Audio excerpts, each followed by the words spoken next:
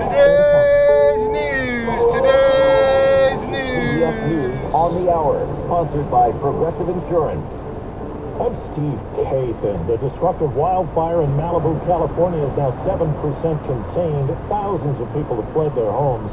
CBS's Carter Evans reports more than a dozen structures have been destroyed. Brian Raff tried to save his neighbor's house with a garden hose. Told them we didn't have any engines and they needed help when they came, and These are volunteers. these were volunteers. This was the view from Malibu City Council member Bruce Silverstein's house. The sky was red, so we decided we gotta get out of here. He watched the flames burn right up to his home on a doorbell camera. For now, at least, the man charged with murder in the shooting death of the United Healthcare CEO in New York is in a Pennsylvania jail. CBS's Lily Luciano says an extradition battle is in progress.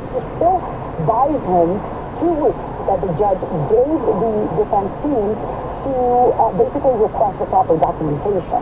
Beyond that, it's possible that the extradition warrant that comes from the governor of New York could supersede that.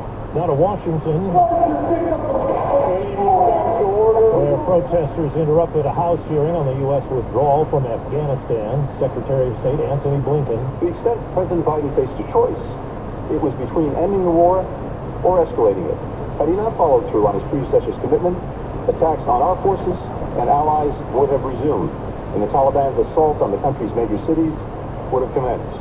Embattled Defense Secretary Choice Pete Hegseth meets more Republican senators today, including Susan Collins of Maine. I'm going to be asking him on everything from his position on Ukraine, on sexual assault in the military, the role of women in combat. CBS's Jill Schlesinger says the government reports today consumer prices last month were 2.7% higher than a year ago. Shelter accounted for nearly 40% of the increase. And shelter, whether it's owned residences or rentals, we are seeing that part of the inflation picture has not retreated back to a pre-COVID level. Albertsons has now scrapped its planned merger with rival supermarket chain Kroger, accusing it of failing to overcome government objections to the deal.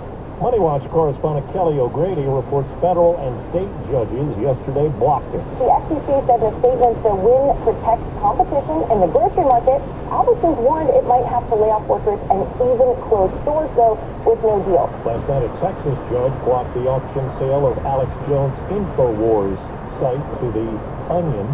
Wall Street, the Dow is down 45. This is CBS News. Well, that's today's news. I didn't hear any good news, did you? I didn't think so. I guess it's all about perspective. The glass is half full. Well, as always, I'd like to thank you again for coming along with me on these Dash Cam News adventures. You know the drill. Peace, love, and all that hippie jazz. Bye-bye, everybody. It's 41 degrees in Vallejo, California.